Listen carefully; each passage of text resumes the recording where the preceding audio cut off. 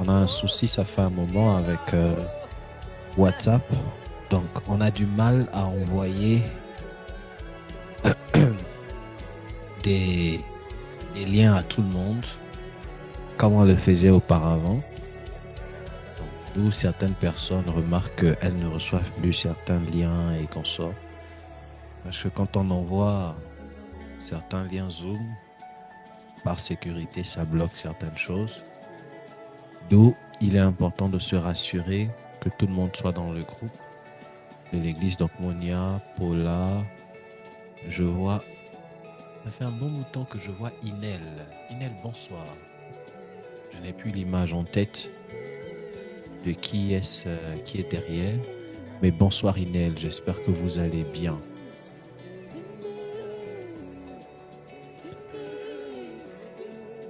J'ai complètement oublié l'image derrière et les personnes avec qui j'ai eu à déjà prendre des rendez-vous, discuter avec ces personnes. Mais après, ok, Inel, d'accord.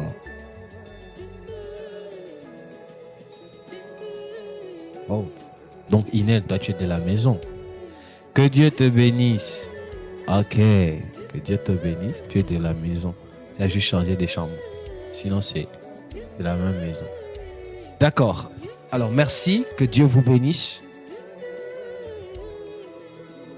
Je veillerai à ce que après on puisse ajouter tout le monde dans le groupe de l'église afin que nous puissions tous être à jour. Père, nous te bénissons et nous te rendons des actions de grâce. Merci pour ce soir. Merci pour le privilège que tu nous donnes de nous tenir. Que l'honneur et la gloire te reviennent au nom puissant de Jésus-Christ. Amen. Amen. Je suis désolé, il fait très chaud à Dakar actuellement et comme si ça ne suffisait pas, nous sommes de ceux-là qui sont parfois sensibles à tout ce qui est poussière, tout ce qui est odeur, à cause de certaines allergies, donc il y a la grippe qui dérange. Mais Dieu nous fera du bien. On va progresser ce soir. Mon image a tendance à déconner légèrement. Mais est-ce qu'on est avec moi? Are you there, babe? Est-ce qu'on est avec moi? Est-ce qu'on me suit? Encouragez-moi.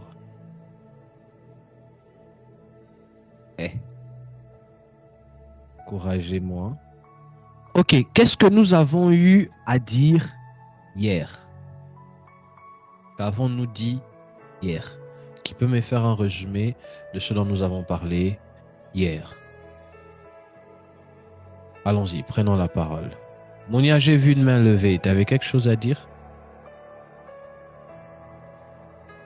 Non, non. C'était pour t'encourager, papa. C'est juste ça. Ok, merci beaucoup. Quelqu'un voudrait dire quelque chose? Vous étiez là hier, prenez la parole. Olivia, je vois Inel aussi était là hier. Strésilia, Priscilla, je crois. Qu'est-ce que nous avons dit hier? Allons-y. Dites-moi ce que vous avez retenu.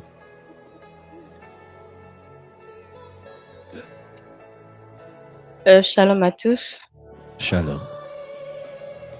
Bon, de ce qu'on m'a dit hier, ce qui m'a beaucoup béni déjà, c'était la différence que j'ai pu faire entre la sainteté et la purification. Et je pouvais comprendre que la sainteté vient de l'Esprit de Dieu et que la purification était une pratique qui consistait à enlever des impuretés ou parfois pour le corps, pour les énergies de notre esprit. Et ça n'avait rien à voir avec ce qu'on pensait parce que pour certains, on se dit souvent que la sainteté et la purification veulent dire la même chose. Et je pouvais comprendre que ce n'est pas le cas. Et aussi, je comprenais que les combats de famille dans le sang se combattent tous les jours. C'est pas comme lorsqu'un esprit possède quelqu'un et qu'on l'a chassé, il sort et il s'en va, tout simplement. Mais lorsque nous avons des combats dans le sang, c'est quelque chose que nous devons combattre chaque jour. Et il faut être constant dans ce combat-là. Et aussi, je pouvais comprendre que les actions que nous posons dans le présent peuvent affecter l'avenir de nos enfants. Et ensuite, il y a quelque chose qui a attiré mon attention hier, c'était que on parlait du sacrifice et cette phrase qui disait que le sacrifice peut changer l'odeur de quelqu'un. Et je comprenais qu'effectivement, chacun d'entre nous, nous avons parfois certaines odeurs et on peut avoir une mauvaise odeur spirituelle, mais sans s'en rendre compte. Et penser qu'il suffit simplement de prier et que cette odeur-là qui va attirer que des choses négatives s'en ira, alors que ce n'est pas toujours le cas parfois. Il faudra faire des sacrifices pour que cette odeur-là disparaisse. Et donc, pour certains combats, la prière ne suffit pas. Il faut plus que ça. Il faut parfois bâtir des hôtels, il faut parfois faire des sacrifices. Voilà un peu. Ok. Merci beaucoup. Quelqu'un d'autre? Trésilia?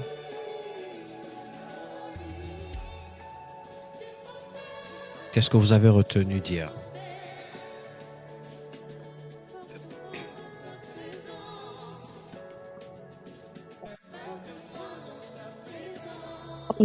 On venait de le dire, les combats de sang se règlent toute la vie.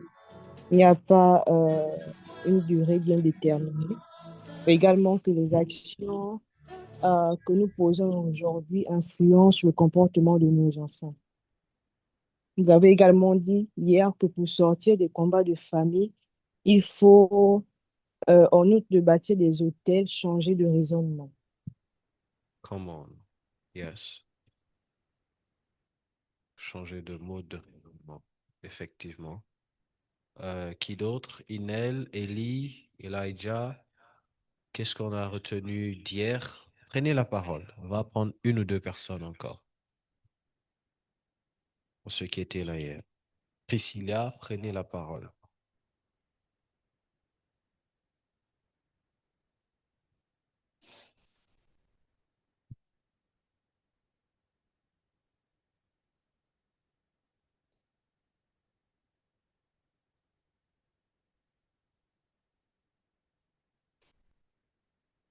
Personne d'autre?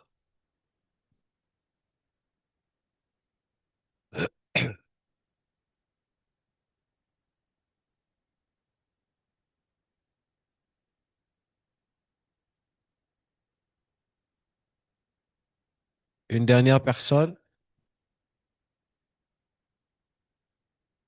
Elijah, prends la parole.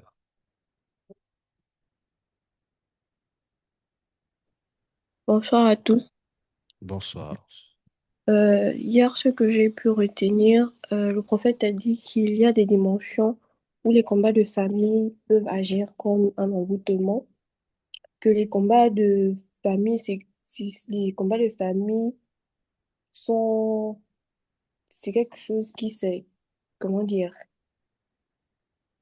ce sont des alliances qui agissent, ce sont des alliances qui agissent dans le sang et que nous devons perpétuellement combattre et que les combats de famille peuvent être, comment dire,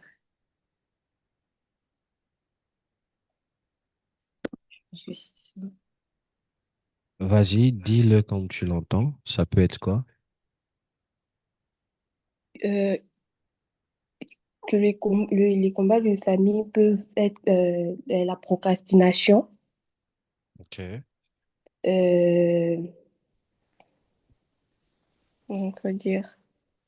C'est-à-dire, ça peut se manifester Ah sous oui. forme de comportement. Mhm. D'accord. Très bien, merci. Chancy prend la parole.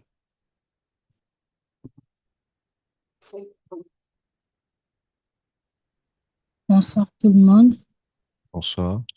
Alors, moi, ce que j'ai retenu d'hier, c'est que dans tout sang se transmet un même système de pensée, comme on a pu le voir avec le passage avec le roi David, qui a eu à poser un acte qui s'est répertorié ensuite dans sa famille et pendant des générations. Et vous avez eu à dire qu'il fallait qu'il pose un autre acte de repentance qui aurait pu briser le cycle, justement, et que ça aurait arrêté la répétition. Donc, il y a des choses qu'on fait aujourd'hui qui peuvent impacter la vie de nos futures générations et de nos enfants. Et j'ai aussi compris que Dieu n'a jamais mis de restrictions dans nos vies par rapport à nos finances, comme vous avez eu à nous le montrer hier dans Genèse 30, verset 28. Et c'est ce que j'ai compris. D'accord. Très bien. Merci beaucoup. Alors, pour ceux-là qui viennent en retard, pendant qu'on est en train de parler maintenant là, vous pouvez aller sur YouTube, vous tapez Prophète Azaf, ML TV, vous y trouverez toutes- tous les enseignements précédents. Et cela vous permettra de vous mettre à jour pour demain, pour les jours à venir. Je pense que la plupart de ce dont on a eu à dire se retrouvent sur notre chaîne et faites-vous plaisir. Si vous pressentez qu'il y a des personnes qui ont besoin de cela, envoyez-le leur, transmettez-le leur, les vidéos et les liens, qu'ils écoutent et qu'ils en apprennent énormément. Certains pourraient me dire, comme quelqu'un a eu à me dire, euh, que ce que j'enseigne actuellement, la thématique sur laquelle nous sommes, est un fait totalement physique. Et physiquement même, scientifiquement même, il est démontré que il y a ce qu'on appelle un bagage. Donc l'ADN qui est un bagage génétique qui se transmet. J'espère qu'on ne m'entend pas double. Qui se transmet euh, de manière biologique, s'il fallait le dire ainsi, dans le sang. Scientifiquement même, c'est prouvé que le caractère se transmet. Euh, Certains traits caractériels, comportementaux, même parfois linguistiques, ont la capacité de se transmettre. Ça, c'est sur le plan scientifique.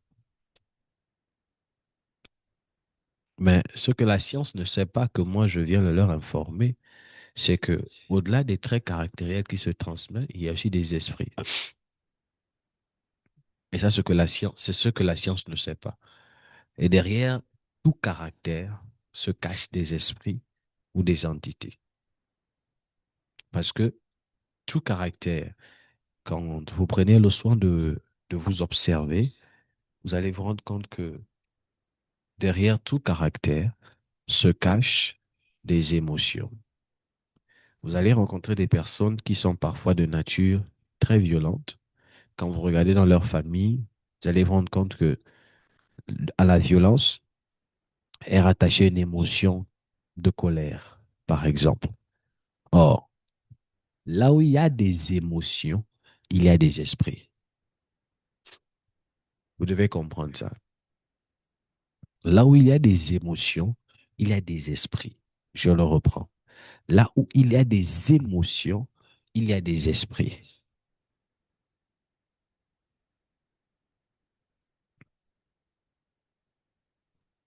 Vous êtes avec moi ici?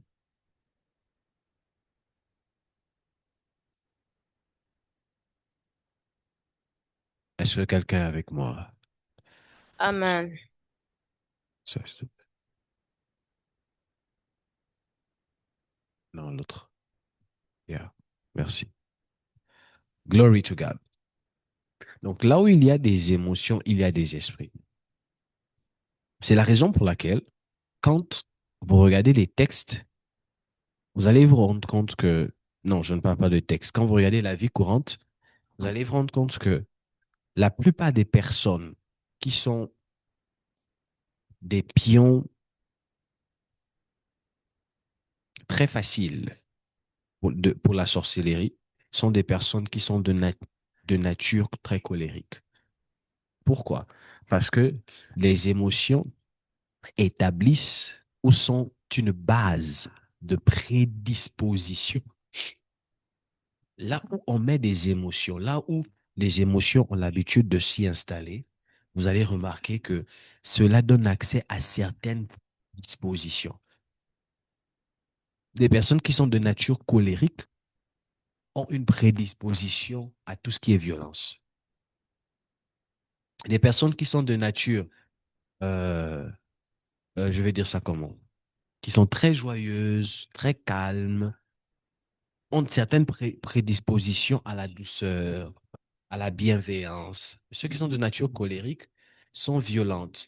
Parfois, c'est violence verbale, parfois, c'est violence physique, parfois, c'est même euh, violence psychologique. Ça a trait à la manipulation, à beaucoup de choses. Mais la source de tout ça, c'est quoi? C'est une plateforme émotionnelle. D'où quand vous allez regarder certaines familles, vous allez vous rendre compte que dans certaines familles, il y a certaines émotions qui sont prédominantes. J'aime quand je vous parle comme ça. Oh my God. J'aime vous parler comme je suis en train de le faire. Ça me fait plaisir de vous expliquer de manière très simple nos attitudes courantes. Parfois, on a l'habitude de faire certaines choses, de vivre certaines choses, mais sans pour autant se rendre compte que derrière ces choses-là, il se cache beaucoup des esprits même dont on n'en a pas conscience. Regardez ce qui se passe. Si je vous demande, là où vous êtes, je vous demande à chacun papa, retournez dans vos familles et examinez quelles sont les émotions prédominantes dans vos familles. D'autres, comme moi, vont se retrouver dans la colère. Chez moi, du côté paternel, maternel, c'est la colère. C'est très colérique. Quelqu'un passe du sourire à un visage froissé en une fraction de seconde. C'est rapide là-bas. D'autres vont se retrouver dans des familles, au-delà d'être colériques, qui sont rancunières. C'est-à-dire, il y a une émotion prédominante, mais qui peut se manifester différemment. C'est-à-dire, il y a la colère, mais d'autres, c'est la colère qui renvoie à la violence. Des gens sont beaucoup violents. D'autres, c'est la colère qui renvoie à la rancune. Les gens sont beaucoup rancuniers ou rancunières. D'autres, c'est une forme d'incompétence qui renvoie un peu à un problème d'estime de soi. D'autres, c'est le stress, comme l'a dit Monia, le stress. Vous allez voir que tout le monde est ancré à ça. Et oh, j'aime quand je vous parle comme ça parce que plus je parle, mon esprit s'ouvre. Et vous allez vous rendre compte que ces différentes émotions-là, pendant que je parle, projetez-vous dans vos familles, ces différentes émotions-là sont aussi la base de certaines maladies dites familiales. La plupart des personnes qui sont entrées au stress dans certaines familles où vous voyez le stress, vous allez voir les problèmes de tension, problèmes artériels des yeux, vous allez voir problèmes d'AVC, vous allez voir problèmes, c'est les nerfs sciatiques, je ne sais pas comment on appelle ça. Vous allez voir, en fait, toutes ces choses sont attraits aux conséquences que peuvent produire certaines émotions qui ont pour l'habitude de créer du stress. Ouh, Saint-Esprit de Dieu. Je prends conscience de ce que je suis en train de dire.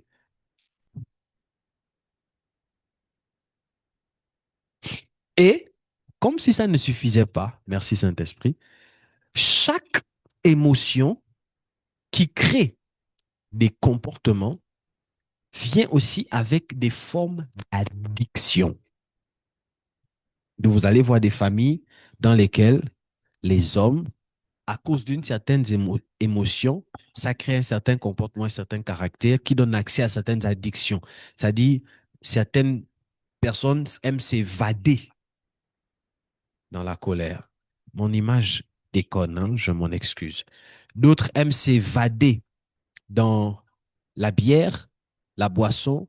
D'autres, c'est dans le sexe. D'autres, c'est dans les jeux de 1xBet, les paris sportifs. D'autres, c'est dans... En fait, il y a pas mal de choses, mais quand vous regardez tout ça, ce sont des conséquences qui proviennent d'une certaine base que moi j'appelle les émotions. Or, derrière ces émotions-là se cachent des esprits. C'est comme dans le monde spirituel, les esprits ne travaillent jamais seuls, que ce soit chez les anges ou chez les démons. Chez les démons, ils travaillent en collaboration. My God. My God. Est-ce que quelqu'un m'entend? Amen. OK. Amen. Est-ce qu'on m'entend très bien? Amen. 5 sur 5. 5 sur 5. Right. Je réfléchis à mon image qui a tendance à se figer.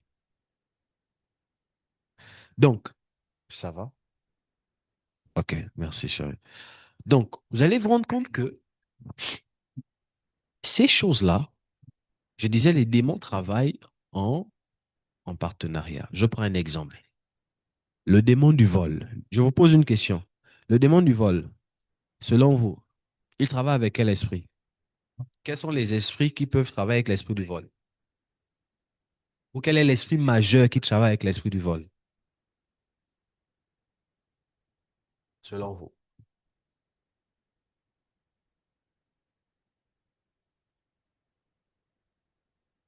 On m'a dit le mensonge. La convoitise. Très bien. La jalousie. Très bien. Vous voyez que vous êtes intelligent. Vous comprenez la spiritualité. Il faudrait juste on vous donne des lumières. Mais sinon, vous la comprenez. Là où on parle du vol, le vol travaille avec le mensonge. Premièrement, là où vous voyez vol, il y a toujours mensonge à côté. Après, vous allez mettre jalousie. Après, vous allez mettre convoitise. Convoitise, jalousie, ça rentre un peu dans la même chose. Maintenant, ce que vous devez comprendre, c'est que plus vous cultivez certains esprits, certaines émotions, plus ces derniers grandissent et plus ils donnent l'accès à d'autres. Quelqu'un qui passe du temps à voler va donner accès à un esprit qu'on appelle l'esprit de jalousie. Donc pour lui, tout ce qu'il voit, il convoite et il veut ça. Va aussi donner accès à l'esprit du vol, du mensonge. Mais plus ce dernier s'adonne à ça, avec le temps et la pratique, il peut se retrouver même déjà à tuer. Et il ne saura pas répondre à quel moment je suis arrivé là. À quel moment je suis arrivé là. À quel moment je suis arrivé là. Il ne saura pas dire. Il sait juste qu'il a commencé par le vol. Mais qu'est-ce qui a fait en sorte? Qu'est-ce qui a fait en sorte?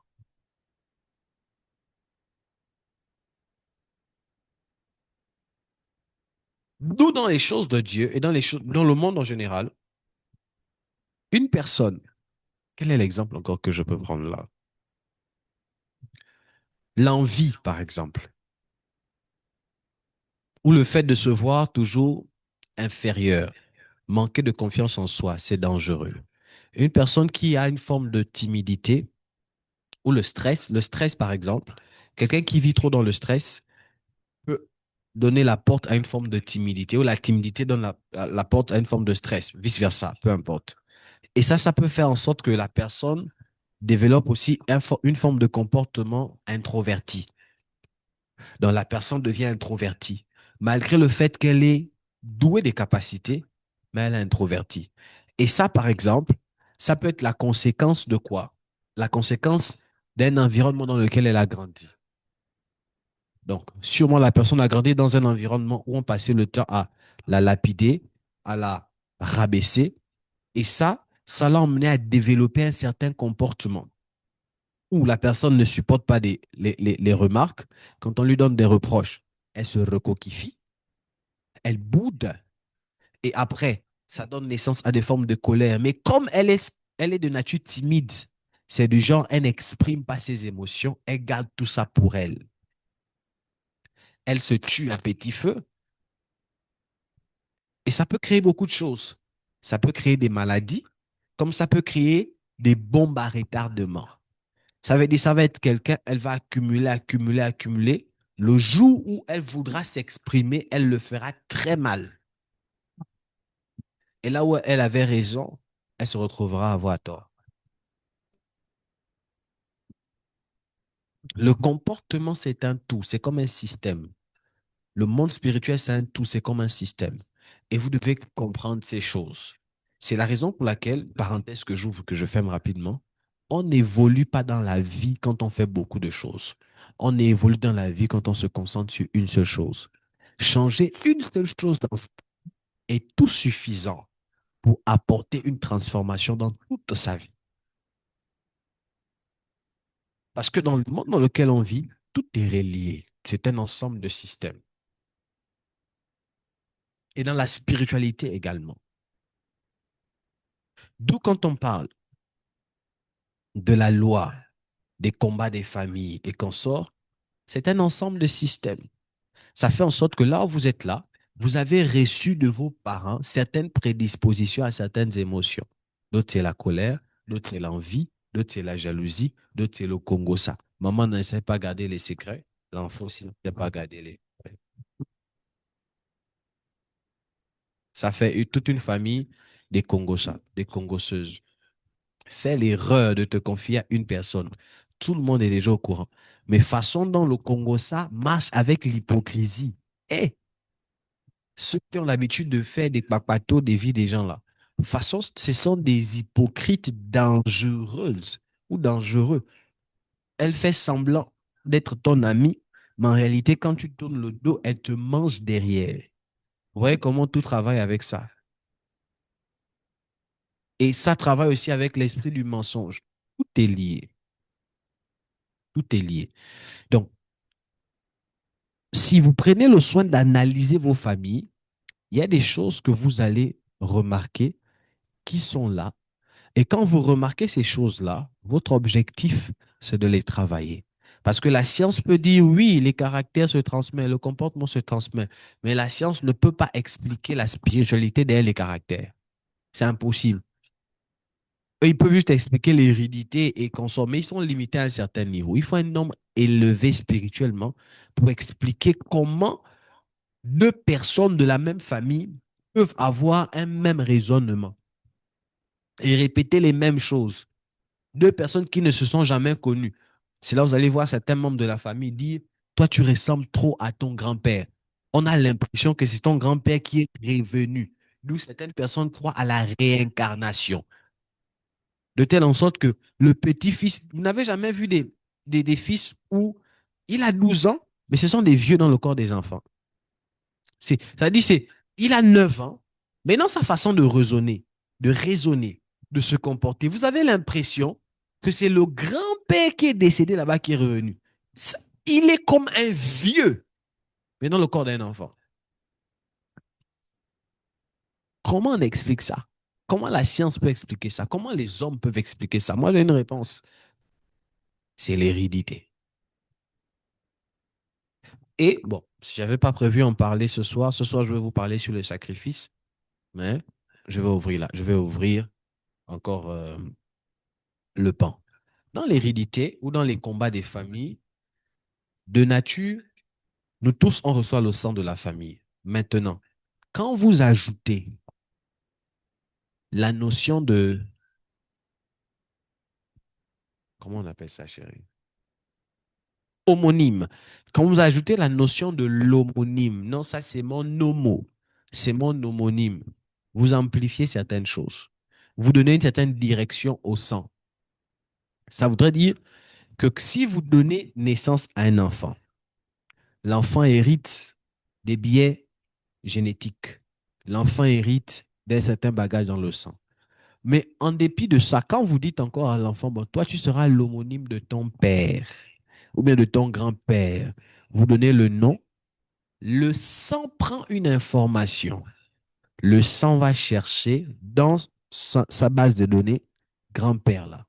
Et c'est le caractère de l'homo, même parfois la même façon de raisonner, qui aura tendance à se répercuter de manière drastique et profonde, claire sur l'enfant.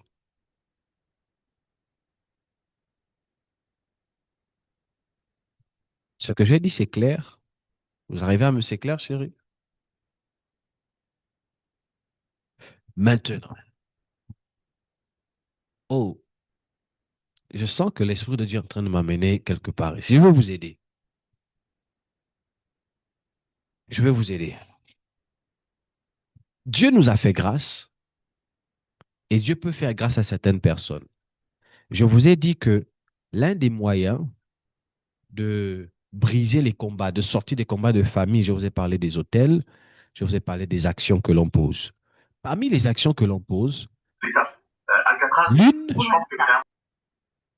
doucement avec vos micros, parmi les actions que l'on pose, l'une des actions qui peut, je dis bien qui peut permettre, parce qu'il peut y avoir des exceptions, l'une des actions qui peut permettre à un individu de sortir des combats de famille, c'est le fait de quitter de sa terre natale pour aller dans une terre étrangère. En d'autres termes, voyager. Vérité. Quand vous naissez quelque part, comme pour la plupart, on est des Gabonais. D'aucuns sont au Gabon, d'autres au Sénégal, d'autres en France. Vous m'écoutez un peu de partout. Quand vous naissez quelque part dans la terre de vos ancêtres, je vais le dire ainsi, il y a une certaine loi qui s'y implique parce que cette terre-là connaît le sang de vos ancêtres. Cette terre connaît vos informations. Cette terre connaît, on va dire ça comment, votre origine. Et vous devez comprendre, comment je peux le dire dans un français? Comment je peux le dire dans un français? Oh, la langue des hommes me fait défaut pour expliquer certaines choses. Comment je peux vous le dire? C'est-à-dire, le fait de vivre dans une terre, sur une terre, qui a été celle de vos ancêtres, a la capacité d'amplifier les forces ou la voix de votre sang. Ça peut l'amplifier. D'où, pour beaucoup de personnes, ça peut être facile de réussir dans certains domaines, comme ça peut être très difficile de réussir dans certains domaines, tant que vous êtes dans un certain lieu. Chérie, c'est clair ce que je dis? J'essaie d'être le maximum, j'essaie d'être clair au maximum. Est-ce que vous êtes avec moi ici? Amen. Est-ce que l'Église m'entend ici? Encouragez-moi. Dites-moi avance, prophète. 5 sur 5. Avance, prophète. Avance, prophète. Avance, prophète. Oui, j'aime quand vous m'encouragez comme ça. OK. Donc, vous devez comprendre ces choses de base. Vous devez comprendre ces choses de base. La spiritualité, c'est un tout. Et je peux prendre ici, là, là-bas pour vous expliquer ces choses. But I'm going step by step. Je vais vraiment étape par étape. C'est la raison pour laquelle, quand vous ouvrez des textes, merci Saint-Esprit pour le lien, quand vous ouvrez des textes, il y a une notion qui est très importante dont je vais vous parler ce soir. Je reviens sur mon exemple. Ça peut être difficile pour quelqu'un de réussir sur la terre natale, comme ça peut être facile. Je vous explique. Ça peut être difficile dans le sens où, si cette personne a un sang qui a été maudit sur la terre, parce que voici encore une chose qui est très importante. Si vous héritez d'un sang maudit, c'est compliqué pour vous. Comment on peut hériter d'un sang maudit?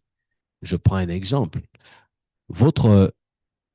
Quand vous étiez jeune, ou bien quand votre mère était jeune, elle a eu à commettre certaines erreurs. Et dans ces erreurs-là, son père, son grand-père, sa maman a eu à la maudire. Et la malédiction n'a jamais été ôtée. Ça fait en sorte que dans sa vie, elle a rencontré beaucoup de difficultés. Et dans ces difficultés, elle donne naissance à un enfant. Et l'enfant là, c'est toi. Ou bien l'enfant là, c'est ta mère. Peu importe. À cause de ce qu'il y a une malédiction qui a été donnée, qui n'a jamais été ôtée, toi, tu viens déjà et tu hérites d'un sang maudit. Si dans la malédiction, on a dit, je prends un exemple, toi, tu ne vas jamais accomplir quelque chose sur la terre aussi longtemps que je suis vivant. On a maudit comme ça ta mère ou ta grand-mère. Quand on l'a maudit, elle, on n'a pas seulement parlé sur elle, mais on a parlé aussi sur toutes les personnes qui viennent après elle, de par elle. Ça fera en sorte que si toi tu es de la lignée d'une grand-mère ou d'un grand-père maudit, tu ne sauras pas expliquer pourquoi dès le bas âge, ta vie est amère, parce que la malédiction ressemble à l'amertume. La malédiction ressemble à l'amertume. La terre aura tendance à te rejeter. La terre aura tendance à te rejeter. Et ce qui est dangereux avec la malédiction, c'est que tu peux quitter le lieu où on t'a maudit, tu vas ailleurs. Si la malédiction qu'on t'a donnée est liée juste à un territoire, par exemple juste à un village ou à une ville, Dieu peut te bénir ailleurs, peut te faire grâce ailleurs. Mais si c'est une malédiction qui a été étendue, quand vous prenez par exemple Jérémie 22, verset 29, où on dit terre, terre, terre, inscrit cet homme comme étant privé d'enfant, c'est une malédiction qui est étendue. Tant que ce monsieur marche sur la terre, il est maudit. Donc, si vous a maudit comme ça, tant que je suis ta mère, que je marche sur cette terre, tu es maudit. Ce que tu m'as fait là, tes enfants vont payer ça. Tu es maudit. Tu es maudit. Et comme nous, on est des jeunes, on sent, bon, maman, elle parle, la grand-mère, elle parle. Surtout, je mets le contexte dans lequel on te maudit à raison. Parce que toute malédiction sans cause n'a pas d'effet. Quand on te maudit à raison, ça va prendre. Écoutez, malédiction à raison, tu peux aller prier Dieu, ça ne va pas enlever ça.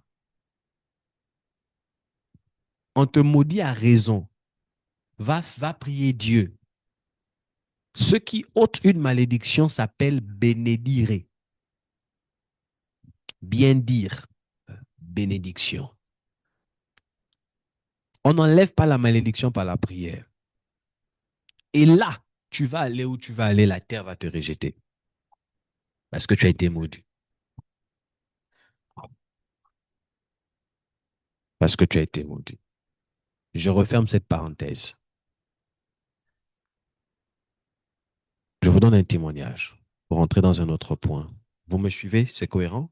J'avance? OK. J'ai trop à dire, donc parfois je peux me perdre. Donc restez vraiment avec moi.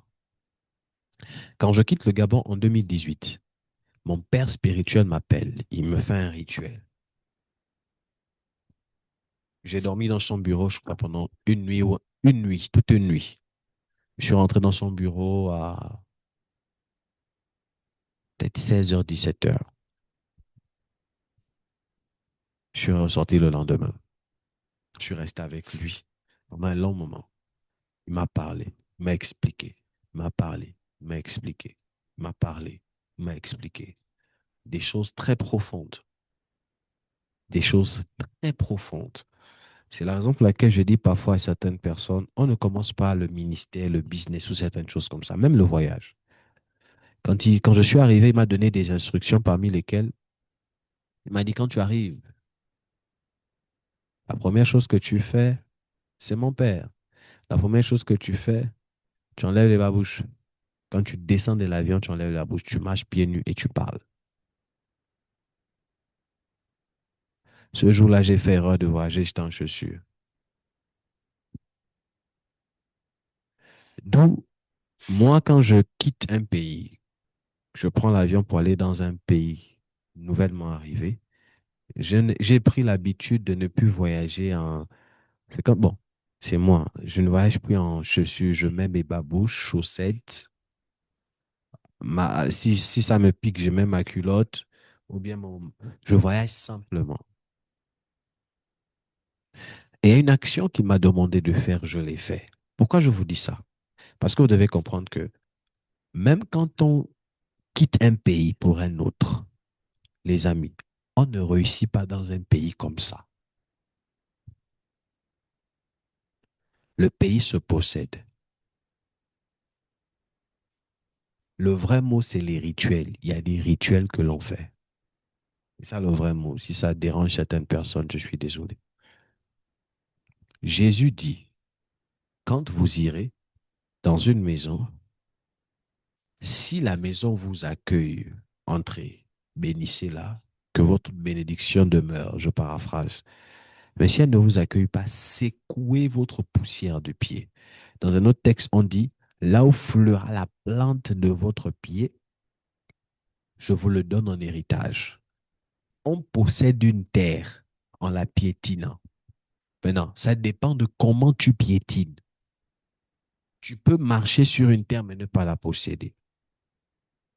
Et donc, si vous êtes des personnes qui ont des combats des familles, qui ont pour objectif de retarder votre réalisation, que vous quittiez le Gabon, vous veniez au Sénégal, que vous quittiez, que vous allez dans n'importe quel domaine, les amis, vous n'allez pas réussir.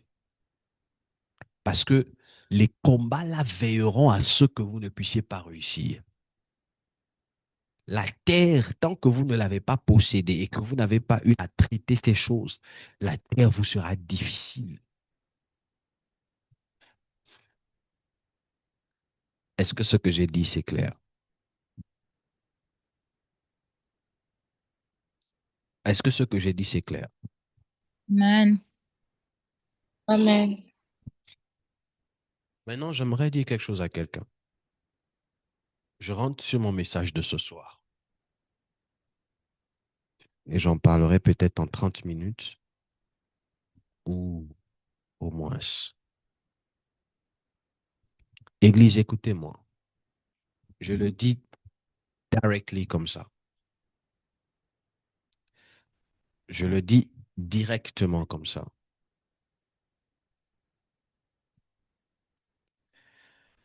Vous qui avez du mal à donner à Dieu, vous n'allez jamais devenir prospère.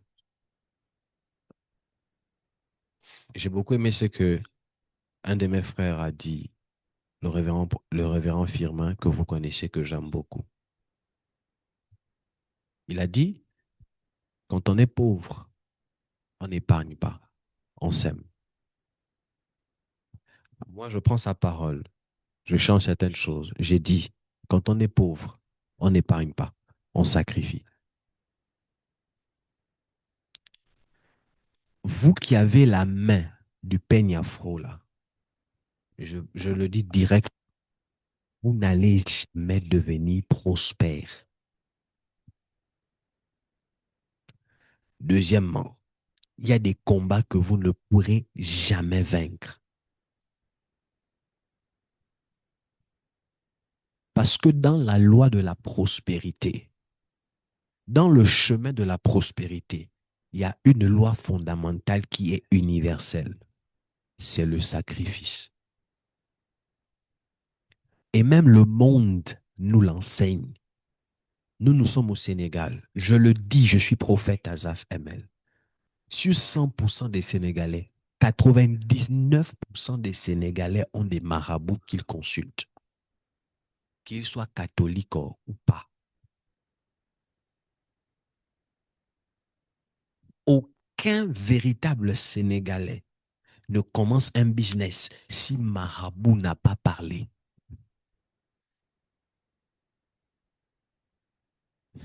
Beaucoup, je parle par connaissance, même beaucoup des soi-disant chrétiens qui sont au Sénégal, qui sont dans certaines églises catholiques, même dans nos églises qu'on connaît ici, les assemblées de Dieu et consorts, beaucoup vont encore consulter des marabouts. Beaucoup vont encore consulter les marabouts. Vous devez comprendre une chose.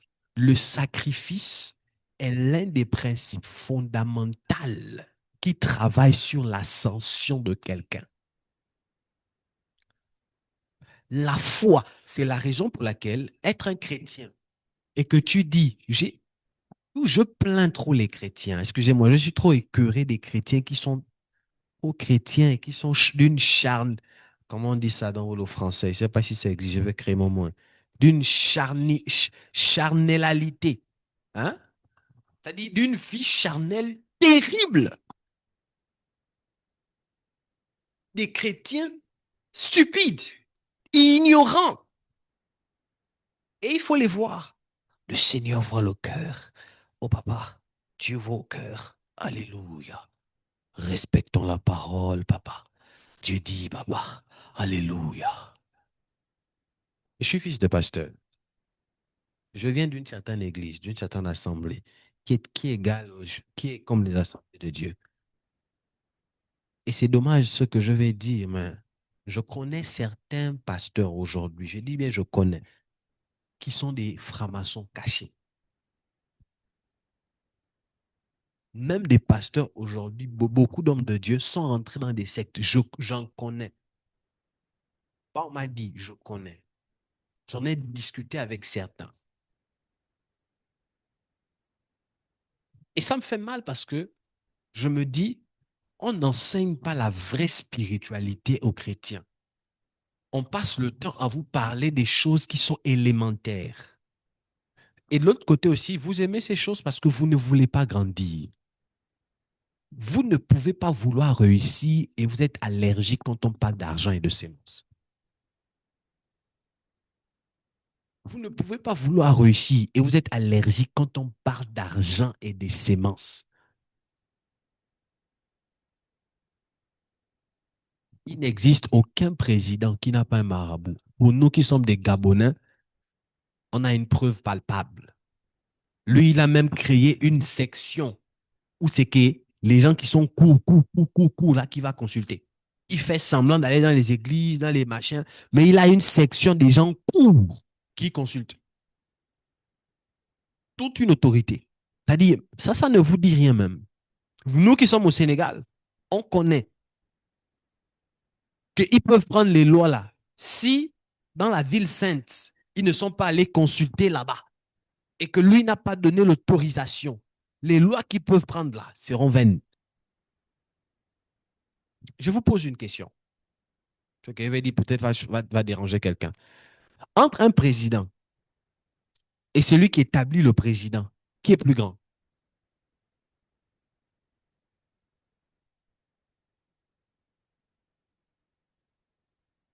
Qui est plus grand?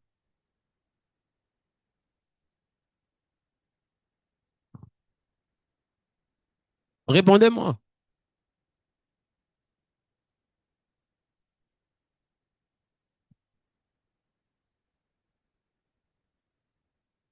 C'est celui qui établit le président qui est plus grand. Mais c'est ce qu'on vit actuellement dans nos, dans nos pays africains. Un président qui doit prendre une décision, qui va d'abord consulter papa. Et quand ils vont là-bas, vous pensez ils font comment? D'autres s'inclinent, d'autres s'allongent, d'autres on leur fait des bains bizarres, on les lave. Si vous les voyez là-bas, de toute façon, ils sont ridicules. Ils ont même peur. C'est avec révérence, ils approchent les personnes qui vont consulter là.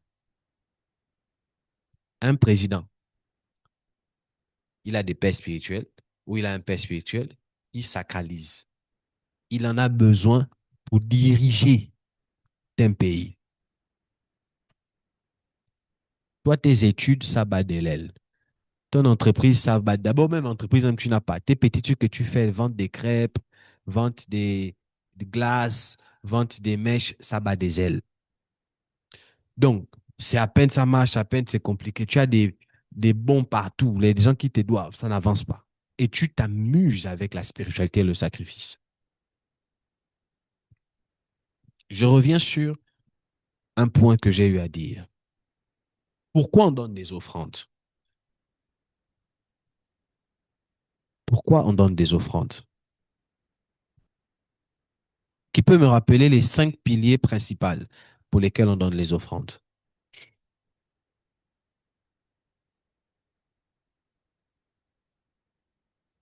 Allons-y, rapidement. Je n'ai pas assez de temps. Prenez la parole. Qui peut me rappeler ça? Olivia, dis-nous ça. Donne-moi les 5 piliers pour lesquels on doit donner les offrandes. On en a parlé ici. Les 5 points fondamentaux. Fondamentaux ou fondamentaux? Fondamentaux.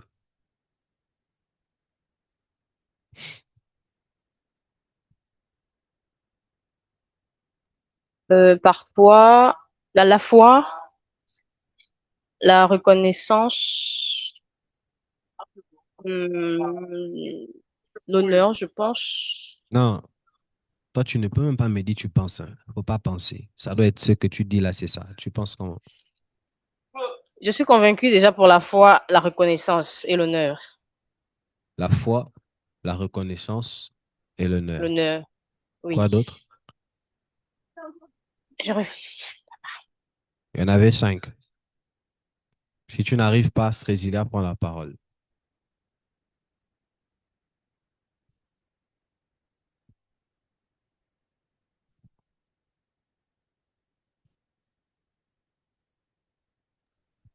Et par honneur, sacrifice, amour, reconnaissance, foi. Vous êtes sûr qu'il y avait sacrifice là-dedans? Oui, D'accord. Que Dieu vous bénisse. Bon, c'est maman qui vous a aidé. Elle a mis ça en commentaire. Mais si vous avez retenu, c'est bien. Je commence par là. J'ai beaucoup à vous dire, hein. On donne, je vous parle sur l'impact du sacrifice dans le combat, dans les combats des familles, peu importe. Le sacrifice dans le combat des familles. C'est ça ma thématique de ce soir. On donne les offrandes. Je dis bien des offrandes parce qu'il y a une différence entre offrande et sacrifice. Un sacrifice est une offrande, mais toute offrande n'est pas un sacrifice. Donc, un sacrifice est une offrande, mais toute offrande n'est pas un sacrifice. Vous devez comprendre ça déjà. Quand on parle des offrandes, on donne des offrandes pour 5 raisons majeures. Il peut en avoir plus, mais il y a 5 raisons majeures qui peuvent emmener un homme, vous, à donner des offrandes. Premièrement, c'est par amour. J'aime Dieu, je donne mon argent à Dieu. Je donne mon dû à Dieu. Quand on dit offrande, ce n'est pas forcément monétaire. Donc, je donne mon offrande à Dieu. J'aime Dieu par amour. Deuxièmement, on donne par honneur. Et je l'ai expliqué la dernière fois. Quand on parle d'honneur, déjà, on ne va pas voir un marabout les mains vides. Vous savez ça? Vous qui êtes déjà allé chez le marabout là. Est-ce qu'on va chez un marabout les mains vides? Qui est déjà allé chez un marabout ici? Répondez. Vous êtes déjà parti là-bas. Qui est déjà parti chez un marabout? Je vais vous trouver prophétiquement ici, hein. Qui est déjà allé consulter? Ma fille Béatrice est partie, mais elle n'est pas là. Elle m'avait dit ça une fois. Hmm. Monia, tu es jamais allé consulter chez un marabout. Leïla, Olivia. Non, papa, jamais. Hein? On ne va pas chez un marabout les mêmes. Monia, tu es déjà parti? C'était une voyante, non? Oui. Eh, là, on masque un peu. C'était une voyante, hein? Hmm. Hein? Ok. On va se comment? On masque un peu. Une Tu maman étais parti comment qui là-bas? Les me- mains vides? Ben, je n'avais rien donné. Tu n'avais rien donné. Ah, c'était en France là-bas ou bien au Gabon? Non, c'était avec ma maman, Ok. ma Gloire à défunte Dieu. maman. Quand on va chez un marabout, on ne va pas les mains vides. Tu peux aller les mains vides, mais en fonction de ce que tu demandes, il va te demander certaines choses. Quand on va même chez certains hommes, des grands, l'honneur exige un présent. Une de mes filles a eu un conflit ici au Sénégal, là où elle restait, et il y a eu un rendez-vous chez le chef de quartier. chez le chef de quartier. Et je suis le père. On m'a appelé, je suis parti. Mais avant de partir, j'étais en train de dire à ma femme, il faudrait qu'on achète des présents. On a acheté des fruits, on a acheté beaucoup de choses. Je crois des fruits presséa, on a fait un bon petit sachet là. On est parti avec pour régler un problème, hein. Les gens ont parlé, après on m'a donné la parole. Avant que je ne commence à parler, j'ai d'abord honoré le chef des quartiers qui est un musulman. Je me suis présenté, je l'ai honoré, j'ai pris mon présent, j'ai déposé à ses pieds. Dès que j'ai fini, jusqu'à la fin, il avait que mon nom dans la bouche. Hein, pasteur? Hein, pasteur? Il parlait, quand il prend, hein, je suis d'accord avec le pasteur. Hein, pasteur? Je vous dis, les amis, je ne sais pas comment vous, il y a les principes. Je suis allé là-bas une fois, je suis revenu. Pendant qu'il parlait, hein, dès que j'ai fini de parler, oui, oui, oui, non, le pasteur a raison. À la fin, avant de partir, on va remettre la parole au pasteur. Vous voyez, regardez le pasteur. Regardez le pasteur. On va remettre la parole au pasteur pour qu'il prie. La spiritualité, ce n'est pas les émotions. Vous devez connaître des règles. Cette action a suffi juste pour que de toutes les personnes qui soient là, il y ait une distinction. Parce que, écoutez, quand deux mystiques se rencontrent, ils se savent. Même si les deux ne sont pas dans la même obédience, ils se savent. Et comment ils font pour se savoir? C'est parce qu'il y a des signes qui ne trompent pas. Deux sages qui se rencontrent, ils se connaissent. Parce qu'il y a des signes qui ne trompent pas. Donc, quand on va dans la présence de Dieu, c'est l'honneur. L'honneur, là, c'est pas papa, je t'honore. On n'honore pas Dieu en disant papa, je t'honore. L'honneur n'est pas une chose que l'on dit, c'est une action que l'on pose. Et l'état d'un cœur. Vous qui faites les citations, là, il faut bien découper les parties, là. L'honneur n'est pas une chose que l'on dit, c'est une action que l'on pose. Et l'état d'un cœur. Donc, on donne à Dieu par honneur. Seigneur, je t'honore. Donc, toutes les fois où vous n'avez pas des sujets de prière, quand vous partez à l'église, quand vous donnez offrande à Dieu, là, vous donnez par honneur. Vous honorez Dieu. D'où on ne rentre pas dans la présence de Dieu les mains vides. On doit honorer Dieu. On ne se connecte pas à un live comme ça, les mains vides. On doit honorer Dieu. Deuxièmement, on donne à Dieu, on donne l'offrande par reconnaissance. Dieu a fait quelque chose. La reconnaissance n'est pas une chose que l'on dit, Seigneur, merci, je t'en suis reconnaissant. Ah, ça, c'est la religion qui vous explique les choses comme ça. La reconnaissance exige une offrande. La reconnaissance exige une offrande. Seigneur, je t'en suis reconnaissant. Voici une offrande. On donne à Dieu par foi. La foi aussi, parfois, exige une offrande. On a prophétisé, je crois. À ce que je crois, je donne. Et encore quoi là? On donne à Dieu par sacrifice. Comme sacrifice, je ne sais pas comment on dit. Et ce soir, nous parlons du sacrifice.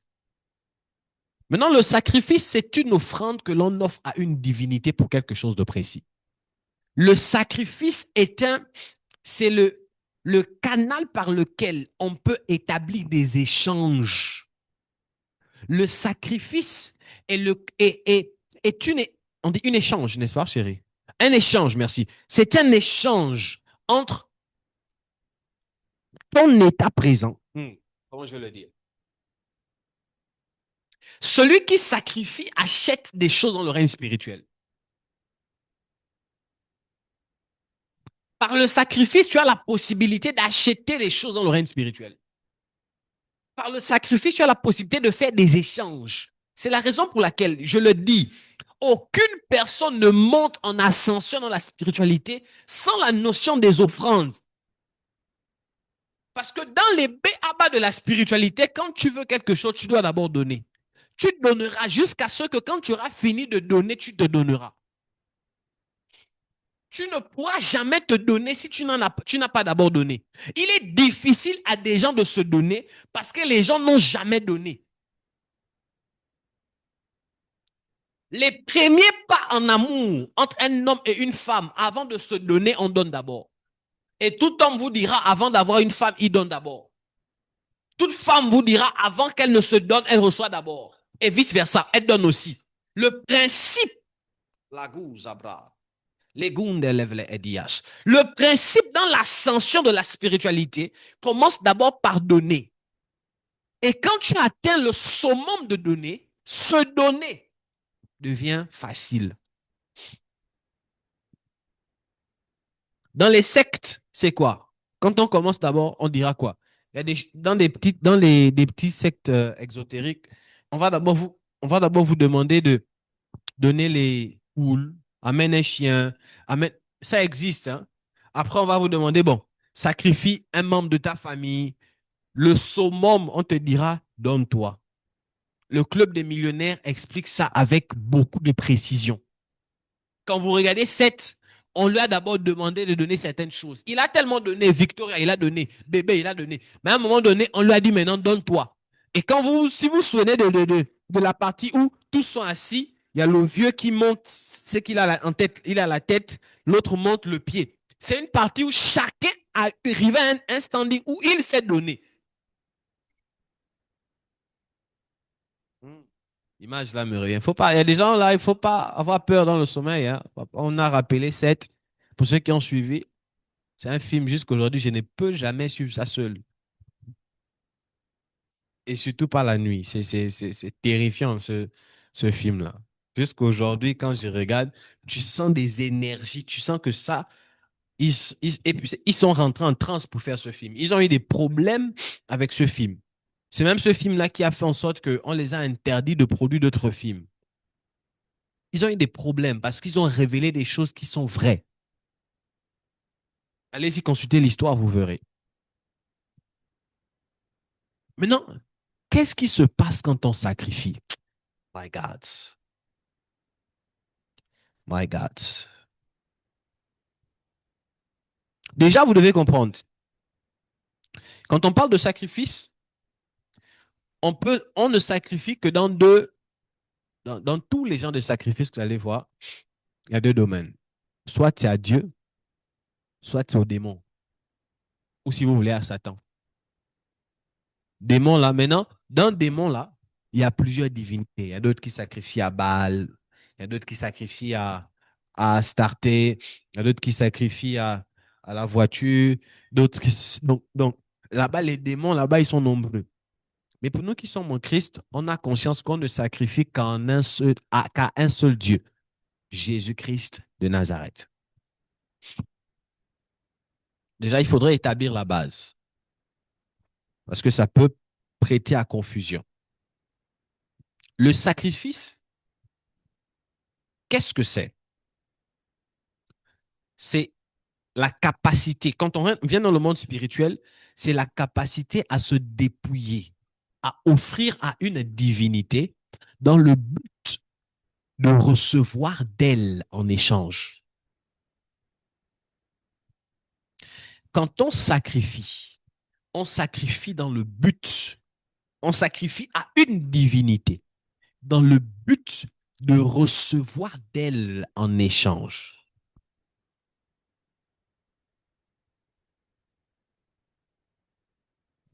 Vous êtes avec moi? Papa, comment sacrifier à une divinité? Une de mes filles m'a posé la question, papa, quand on sacrifie, le sacrifice qu'on met là, ça se passe comment? Comment la divinité fait pour manger ça? Comment l'offrande que l'on met sur l'autel, comment la divinité fait pour consommer ça? C'est simple. Toute divinité a un représentant. Regardez, je passe ça rapidement. La Bible dit, quand vous ouvrez les textes, cette même phrase est utilisée seulement dans deux possibilités ou de deux manières. Premièrement, la Bible dit, vous ne vous présenterez pas devant l'Éternel les mains vides. C'est ça, non, chérie? Je vais paraphraser. Vous ne vous présenterez pas devant Dieu les mains vides. On ne va pas devant Dieu les mains vides. Le même texte s'applique quand il s'agit d'un homme de Dieu. Je ne vais pas dire prophète. On ne va pas voir ou consulter. On ne va pas chez un prophète les mains vides. Pourquoi? Parce que de la même façon dont l'ambassadeur a des droits, l'ambassadeur est le président du pays, c'est-à-dire l'ambassadeur du Gabon au Sénégal est notre président.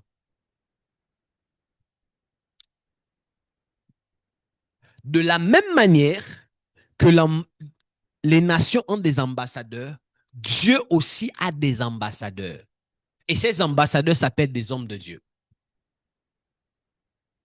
Et j'ai beaucoup aimé l'enseignement que le révérend nous a donné à Montagne prophétique passée sur Pierre et la pierre.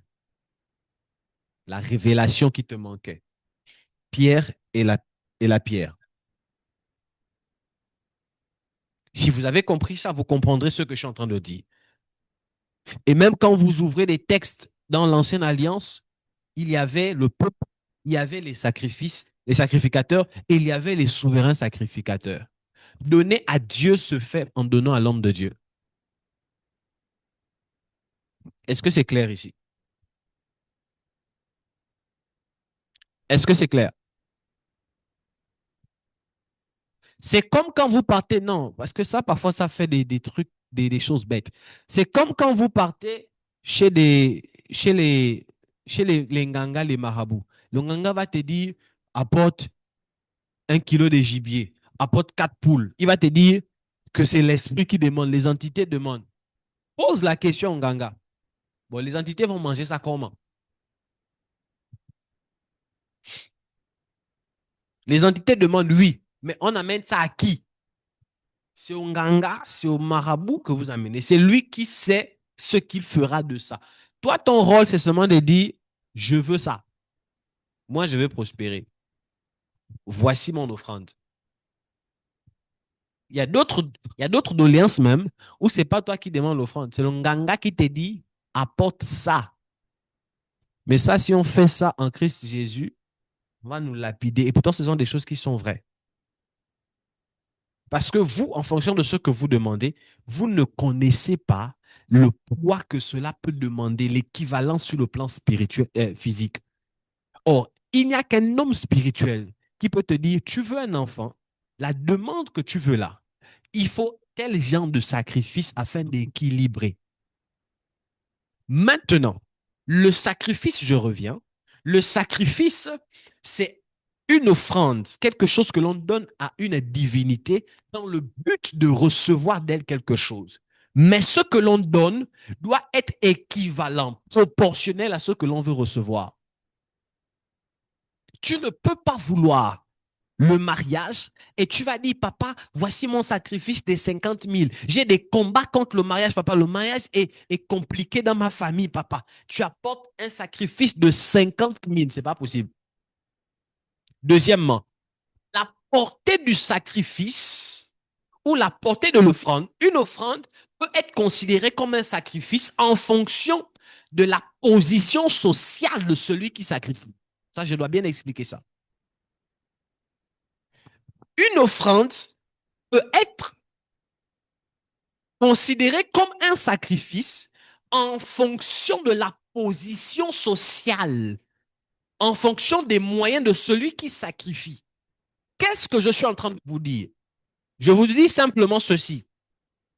Une personne qui est employée à BG Fibank, qui est employée à Sonatel, qui est employée, on va dire ça où? À Comilog, et qui gagne chaque fin du mois, je vous donne un exemple clair, qui gagne chaque fin du mois 1 million. Et elle vient dire, papa, voici mon sacrifice. Elle ne dit pas offrande, hein. Elle dit mon sacrifice. Elle donne 100 000, ce n'est pas sacrifice.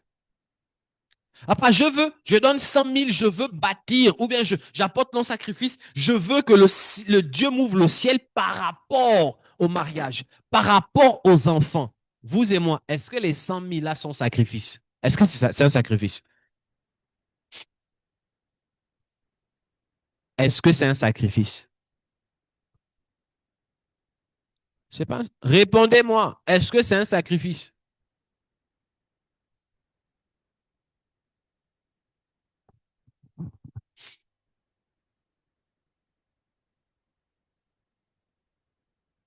C'est pas un sacrifice. Là, c'est dur. Là, vous avez du mal à répondre. Là, ça, c'est compliqué, là. Dire que ça fait mal. Monia, c'est un sacrifice? Non, Pardon? non, Non, mais c'est pas de sacrifice. Faut même pas, c'est pas un sacrifice. Parce que la notion du sacrifice vient dans ce qui te reste. Tu donnes à Dieu, tu donnes pour le sacrifice 100 000, il te reste 900 000. Tu t'es sacrifié encore. Tu t'es pas sacrifié. Tu es juste une personne qui veut des choses et qui est avare. Tu as un problème des données. Et du coup, quand tu donnes 100 000, ça te fait tellement mal et puis tu as un problème, mais ce n'est pas sacrifice. Maintenant, une personne qui gagne 50 000 francs par mois, je prends cet exemple, et qui amène à Dieu 30 000 par mois, qui amène à Dieu un sacrifice de 30 000, ou qui emmène à Dieu un sacrifice de 20 000, est-ce que c'est un sacrifice? Est-ce que c'est un oui, sacrifice? oui. J'ai du mal à entendre. Monia, qu'est-ce que tu dis? Oui, c'est un sacrifice. Pourquoi tu nous dis que c'est un sacrifice? Pour ma part, enfin, il donne 30 000. Donc, il donne même plus à Dieu. Donc, il lui reste pas assez, en fait. Il ne lui reste pas assez. C'est la raison pour laquelle il ne faudrait jamais se comparer aux gens. Amen. Et ça, ce sont des choses que nous, les hommes de Dieu, je ne dirais pas les hommes de Dieu, les hommes spirituels ressentent. On sait, on sait, tout homme spirituel vous dira, on sait quand la personne a sacrifié, on sait quand la personne n'a pas sacrifié. Et depuis un moment là, j'ai dit à Dieu, je ne vais plus m'amuser, je suis direct. Quand la personne s'amuse, je dis à la personne, tu t'amuses et attends-toi à recevoir les fruits de ton amusement. Parce que la spiritualité, ce n'est pas l'amusement.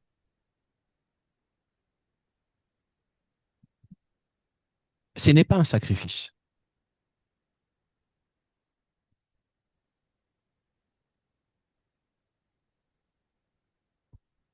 Le sacrifice, j'insiste, c'est le moyen par lequel, je vais le dire autrement, et demain je vais rentrer davantage en profondeur, vu l'heure. C'est le moyen par lequel on peut acheter des choses. Maintenant, j'ai établi une nuance. C'est le moyen par lequel on peut acheter des choses dans le règne spirituel. Oui. On offre à une divinité pour recevoir d'elle en retour. Oui. Mais quand on offre l'offrande que l'on offre, la divinité doit se sentir honorée. Vous pouvez mentir à l'homme de Dieu, mais vous ne pouvez pas mentir aux esprits. C'est la raison pour laquelle ils ont tous convenu de pouvoir vendre leurs biens et d'apporter à Dieu pour le partage, pour les saints. Ananias et Saphira ont vendu leurs biens et ils ont caché. Quand ils sont venus, Pierre a dit, qu'êtes-vous pour mentir au Saint-Esprit? Pourquoi Pierre dit Saint-Esprit? Pierre n'était pas prophète. C'est parce que quand ils sont arrivés, le Saint-Esprit a dit à Pierre, ces jeunes-là veulent s'amuser avec moi. Ce qui fait en sorte que nous sommes dans une ère où la spiritualité n'est pas beaucoup. Beaucoup de chrétiens n'expérimentent pas des choses avec Dieu parce que l'homme a pris la place. On est dans une ère de, permettez l'expression, m'as-tu vu? Est-ce que tu me vois? Do you know me? C'est ça? Est-ce que tu me vois? Est-ce que tu me vois? Do you see me? Est-ce que tu me vois? C'est-à-dire, on est dans une ère de ça où, même à l'église, quand les gens viennent avec leur sacrifice, ils ne voient pas Dieu, ils voient l'homme à qui ils remettent. Du coup, c'est terrible. Quelqu'un se dit, non, sacrifice, naïe. Je ne vais pas remettre 500 000. Je vais remettre 500 000, papa. Parce qu'on voit l'homme. Et tant que vous raisonnez comme ça, même si moi, je prie pour vous, vous n'aurez pas de concrétisation. la mystique de Dieu se manifeste dans la vie d'un homme qui voit Dieu dans le serviteur que Dieu a envoyé. Les textes disent, j'accomplis la parole de mes envoyés. C'est ça, non? Dans Ésaïe, cherchez-moi ce texte. C'est Dieu qui parle. Il dit, il accomplit la parole de ses serviteurs, les prophètes. Donc, tout homme de Dieu est un serviteur et est un envoyé de Dieu, qui fait en sorte que quand il parle, Dieu se reconnaît et Dieu agit. Maintenant, qu'est-ce qui peut déclencher le miracle dans ta vie? C'est quand tu te tiens devant un oint de Dieu et au lieu de voir un homme, toi, tu vois Dieu qui a envoyé un homme. Tu as la possibilité d'expérimenter le supernatural. J'ai trop pris du temps dans les préliminaires, dans les débuts, et demain, je vais avancer là-dessus. Je vais vous expliquer sur les différents... Je vais rester sur les sacrifices. Et j'ai vraiment envie. Demain, c'est quel jour? Oh, on est déjà à la fin du programme, là. On est déjà à la fin du programme. Je ne me rends même pas compte. Demain, c'est samedi. Oui, ça tombe bien. Demain, je vais vous expliquer les sacrifices. Je vais même vous expliquer comment vous pouvez faire.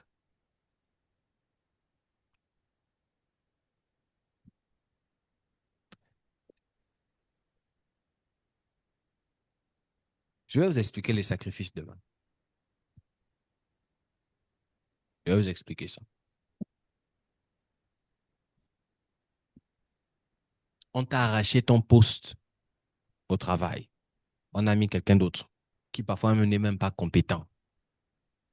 Comment vous pouvez faire? Ce sont des choses que, je le dis en toute franchise,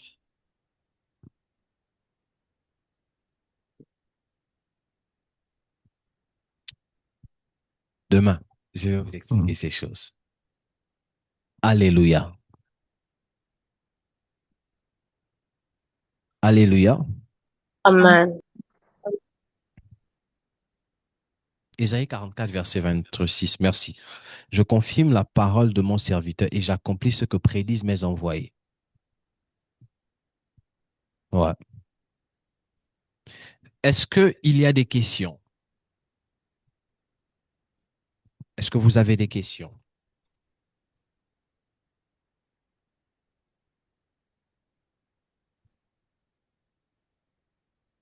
Est-ce que vous aurez des questions?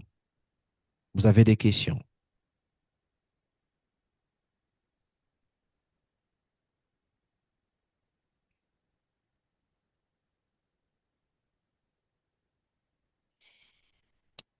OK. J'ai une question, papa. Oui. Ma question, c'est par rapport à la phrase que vous avez dit hier, disons que le sacrifice pouvait changer une odeur et j'aimerais savoir dans quel contexte le sacrifice change l'odeur de quelqu'un. Dans quel contexte le sacrifice change l'odeur de quelqu'un? C'est quoi d'abord une odeur? C'est un parfum, n'est-ce pas? Oui, papa. L'odeur, c'est un parfum. L'odeur, c'est un parfum. Il y a des personnes qui ont parfois des mauvaises odeurs.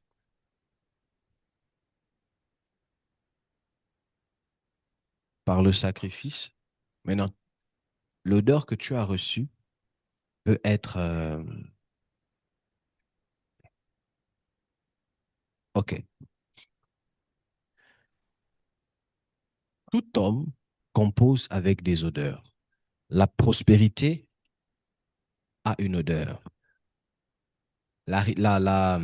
L'abondance a une odeur. La pauvreté aussi a une odeur. La sécheresse financière aussi a une odeur. Toute bénédiction vient avec une odeur. Quand vous lisez les textes, vous allez vous rendre compte que quand Isaac veut bénir Ésaïe, d'abord Jacob, c'est Jacob qui bénit, qui a porté les habits d'Ésaïe, il hume l'odeur des habits d'Ésaü que Jacob avait porté Et il dit, l'odeur de mon fils est comme des champs, quelque chose comme ça. Comme des champs. Il établit un parallélisme entre l'odeur de son fils et l'odeur des champs. Et l'odeur des champs, là, en fait, c'est quoi? C'est un lieu d'abondance. Donc, une personne prospère a une certaine odeur. Il peut arriver qu'une personne, que vous ayez des difficultés dans votre vie par rapport, par exemple, au domaine financier, et ça vous met comme un masque. Est-ce que vous savez que la pauvreté a un masque?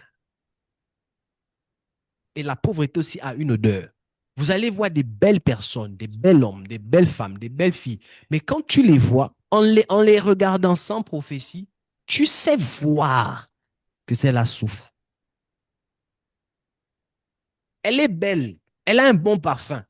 Mais sur son visage, ou quand elle passe, elle a une atmosphère, malgré le fait qu'elle soit bien habillée, malgré le fait qu'elle sente bon, mais elle a une mauvaise odeur que le parfum ne peut pas contenir. Maintenant, dans ça, le sacrifice peut changer l'odeur là. Maintenant, comment je vais t'expliquer ça? Je ne sais pas encore pour le moment. Il n'y a que les hommes spirituels qui savent. Donc, tu viens avec ton sacrifice, ou tu prends ton sacrifice, tu vas chez un homme élevé mystiquement, spirituellement, pour ne pas déranger la foi de certains, il va prier pour toi.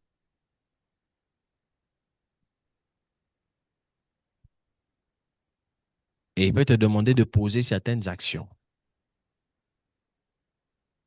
Et à partir de là, ton atmosphère change. J'ai répondu? Oui, papa, merci. OK. Gloire à Dieu.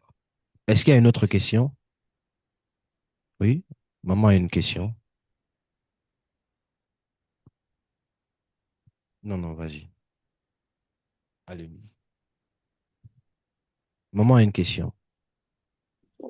Bonsoir à tous. Ma question est la suivante. Euh, bon, je sais pas, elle est à deux volets. Premièrement,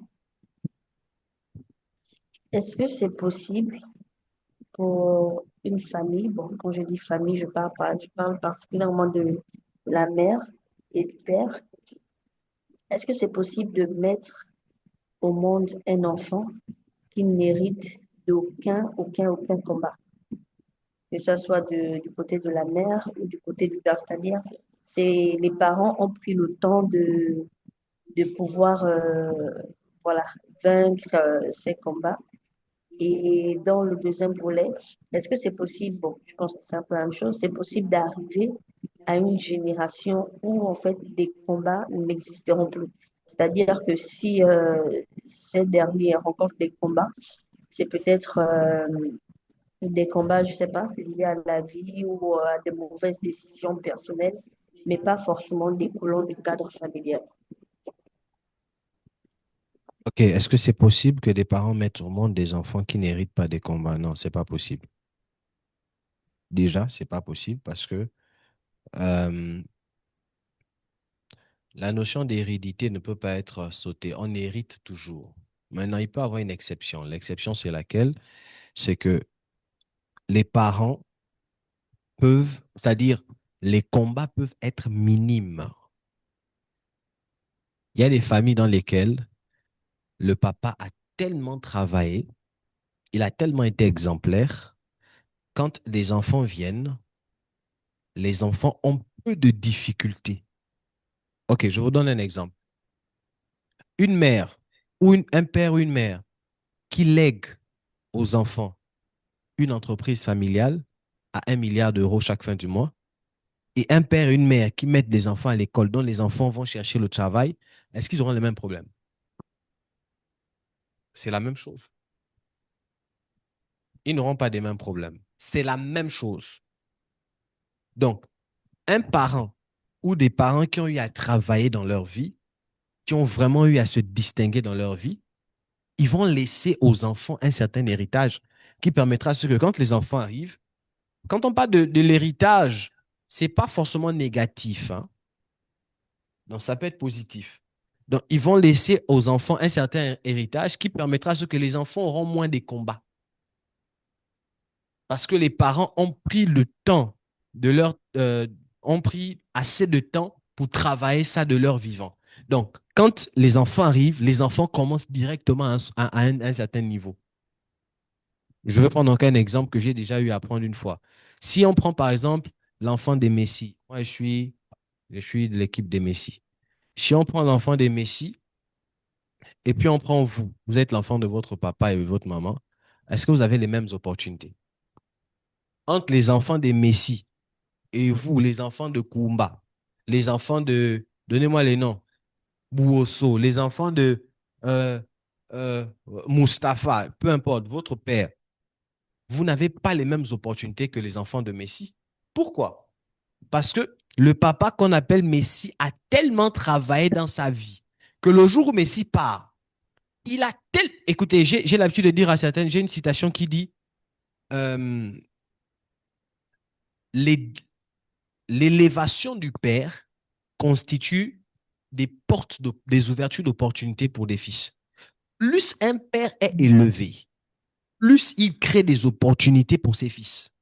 Amen. Moins un père est élevé, moins les fils ont des opportunités. Donc, plus un père travaille, il va très haut, moins les fils ont des combats. Ça commence d'abord par là.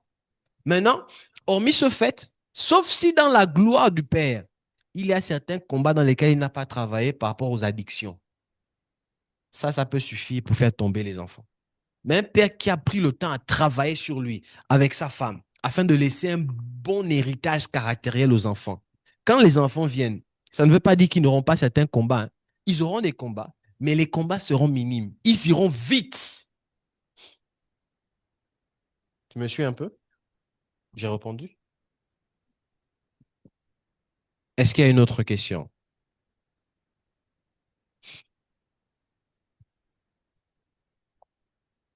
Oui, j'ai une question.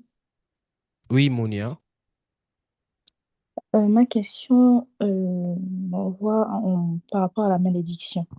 Lorsque vous avez commencé votre argumentaire, papa, vous avez dit, non, lorsque quelqu'un te maudit, ça peut aller jusqu'à ta génération.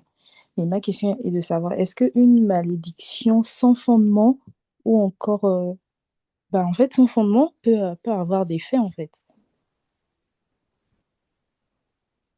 Ça peut Non, être j'ai une dit. personne qui ne t'aime pas, qui te maudit parce qu'en fait, elle a un fond noir, mais est-ce que ça va forcément t'atteindre cette malédiction-là? Non, ma fille, toute malédiction sans cause n'a pas d'effet. Ok, Je l'ai dit tout à l'heure, toute malédiction sans cause n'a pas d'effet. À moins que tu te reproches de quelque chose. Et si exact. tu te reproches de quelque chose, c'est que quelque part, il se peut que tu sois fautive. Une malédiction sans cause n'a pas d'effet. Tu es là, tu es assise ou tu es assis. Maman vient te maudire. Attends, ah, c'est parce qu'on... Une malédiction sans cause. Quand on dit sans cause, là, ça veut dire sans fondement. C'est-à-dire tu Oui. n'as rien fait. On te maudit. There is not impact. Il n'y a pas d'impact, il n'y a pas d'effet. Mais si tu es à Après, l'auteur de ça, pourquoi oui, je dis ça?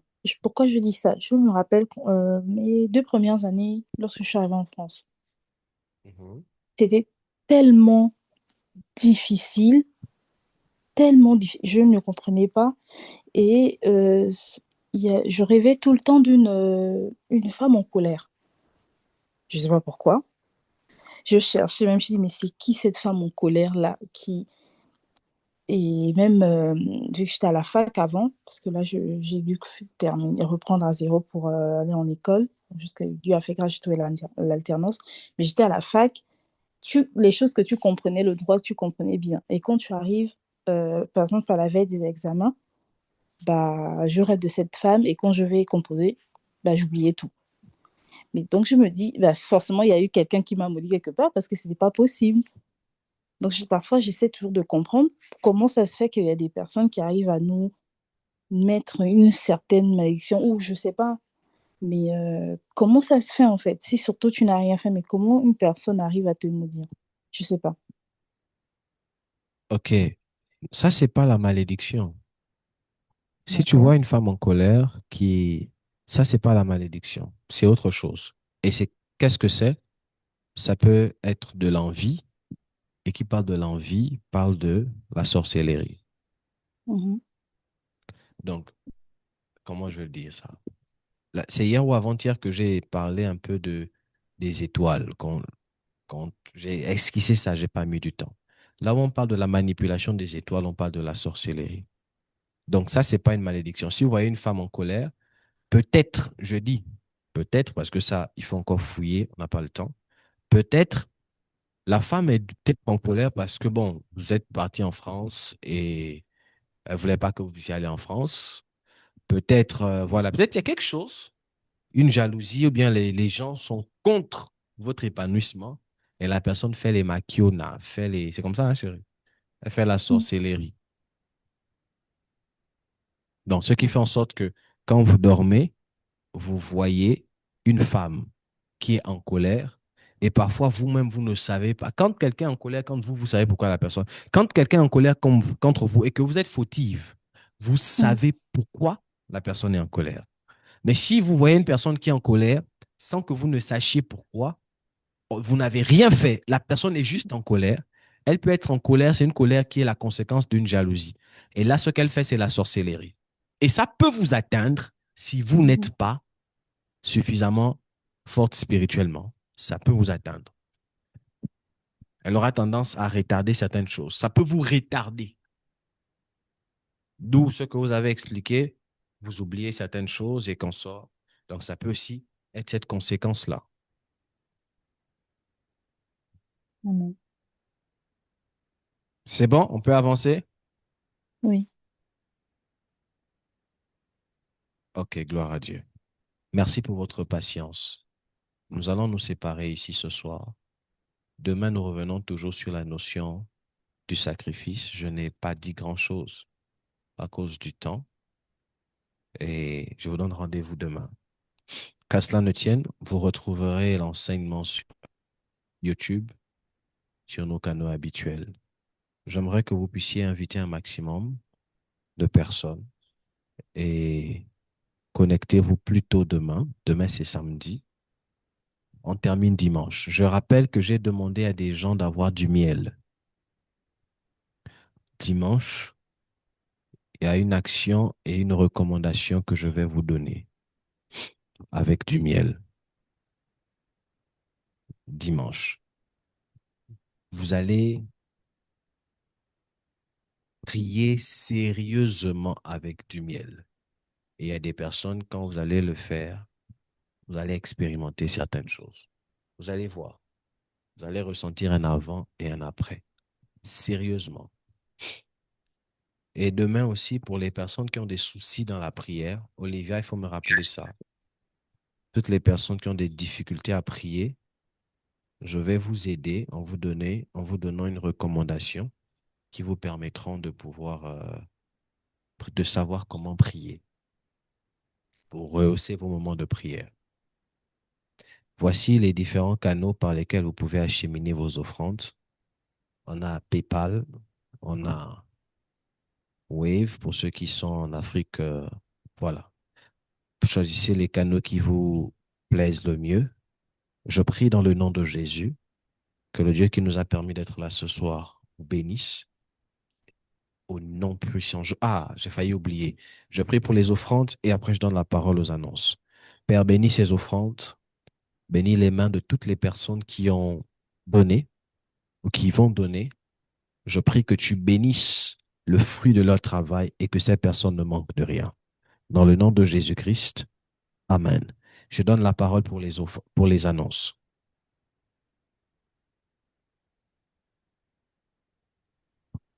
Shalom à tous. Shalom. Donc, nous avons deux annonces en rappel. La première, c'est que notre programme se poursuit. Donc, nous nous retrouverons demain à 20h heure du Sénégal. Ne venons pas seuls, invitez un maximum de personnes. Comme deuxième annonce en rappel, Nous avons par la grâce de Dieu trouvé une salle de culte qui, comme nous le savons, nécessite des travaux de rénovation. À cet effet, nous encourageons les membres d'ITS ainsi que toute autre personne souhaitant apporter une aide financière à se rapprocher du secrétariat. Merci. Amen. Alors, on a urgemment besoin d'argent pour rénover la salle. On a trouvé une salle de culte, mais elle est catastrophique. On ne peut pas commencer les cultes là-bas. Et il faut le minimum. Dimanche, samedi dernier, on y était avec Fleury et certaines personnes, Srésilia et pas mal de personnes. C'est renfermé. Il faut faire beaucoup de choses. On doit élever le plafond. J'ai reçu un premier devis du maçon. On est dans 586 000. On est encore en train de voir comment négocier avec d'autres et chercher le devis d'autres maçons. Il y a le maçon, il y a l'électricien, il y a le charpentier et il y a le plombier aussi qui doit venir pour les toilettes. Il faudrait que l'endroit soit très bien. On a besoin d'argent. Donc, je lance l'appel à tout le monde. Vous avez 10 000, 20 000, 50 000, 100 000. Ce mois, on ne pourra pas avoir montagne prophétique parce qu'on ne peut pas faire montagne prophétique là-bas. Donc, c'est déjà, il n'y a pas de fenêtres, c'est poussiéreux, il n'y a pas de clim, c'est compliqué, les lumières, c'est pas ça. Donc, ça peut créer des choses aux gens et ça va être compliqué. Donc, de grâce, je veux que toute l'Église soit mobilisée, s'il vous plaît. Et que chacun prenne quelque chose, papa, 50 000, 100 000, 200 000. Si tu veux, tu peux dire, bon, c'est combien, on te donne tous les devis, tu prends ça à ta charge, et puis on va avancer rapidement. J'aimerais qu'on avance avec ça ce mois, pour que le mois prochain, on reprenne avec les montagnes prophétiques et on commence certaines retraites et tout ce qui vont avec. Est-ce que vous avez la foi comme moi? Amen. Si vous avez la Amen. foi comme moi, priez pour ça, mais voyez aussi qu'est-ce que vous pouvez faire pour cela. Donc, dimanche, je serai là-bas, par la grâce de Dieu, au lieu avec certaines personnes. Et aussi, dimanche, c'est donc demain en journée. Et je vais peut-être rencontrer un autre maçon ou un électricien aussi pour voir comment on peut faire des choses.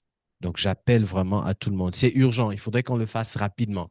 C'est vraiment urgent et il faudrait qu'on avance dessus rapidement.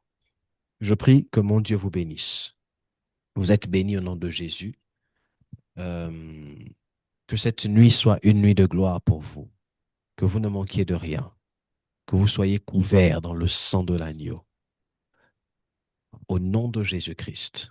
Je prie, Elohim, que demain nous revenions très nombreux et que nous puissions être fortifiés, Père, dans notre chair, dans notre corps et dans notre esprit. À toi l'honneur et la gloire et la majesté. Ainsi j'ai prié. Amen.